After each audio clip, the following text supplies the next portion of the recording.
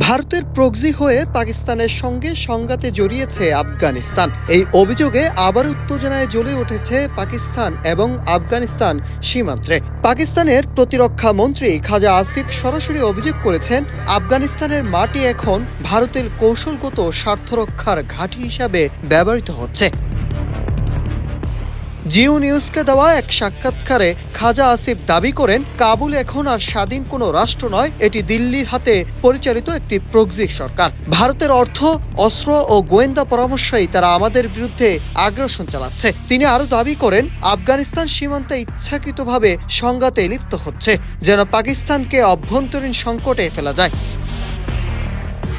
Walton AC exchange অফারে এখন যে কোনো ব্র্যান্ডের পুরাতন এসি বদলে নতুন ওয়ালটন এসিতে উপভোগ করুন 25% ছাড়। Walton air conditioner, comfort without compromise. তবে পাকিস্তান নীরব দর্শক হয়ে থাকবে না বলে হুঁশিয়ারি দিয়ে খাজা আসিফ বলেন, আমরা আলোচনার পক্ষে, কিন্তু কেউ যদি আমাদের সার্বভৌমত্বে আঘাত হানে তাহলে পাল্টা জবাব এতটাই কঠোর হবে যে ইতিহাস মনে রাখবে। তিনি আরো বলেন, পরিস্থিতি এমন পর্যায়ে পৌঁছেছে যে ঘোষিত 48 ঘন্টার যুদ্ধবিরতি এখন প্রশ্নের মুখে। তালেবানদের বিশ্বাস করা যায় না তারা ভারতের ইশারায় আগুন জ্বালাচ্ছে, তারপর শান্তির মুখোশ পরে আলোচনায় বসতে যাচ্ছে।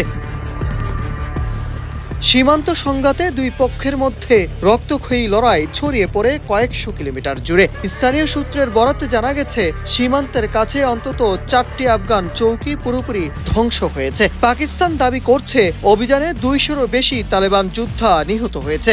অপরদিকে আফগানিস্তান জানিয়েছে, তাদের হামলায় প্রাণ হারিয়েছে 58 পাকিস্তানি সেনা। এদিকে কূটনৈতিক বিশ্লেষকদের মতে, এই সংঘাত শুধু দুই প্রতিবেশীর সীমান্তে নয়, গোটা দক্ষিণ এশিয়ার ভূ রাজনীতিতে নতুন এক উত্তেজনার বিস্ফোরণ ঘটিয়েছে।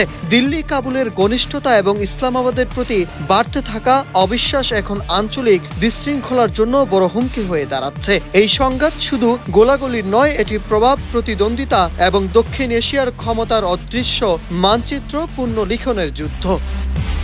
Nahid Hasan, news desk, Ittefaq.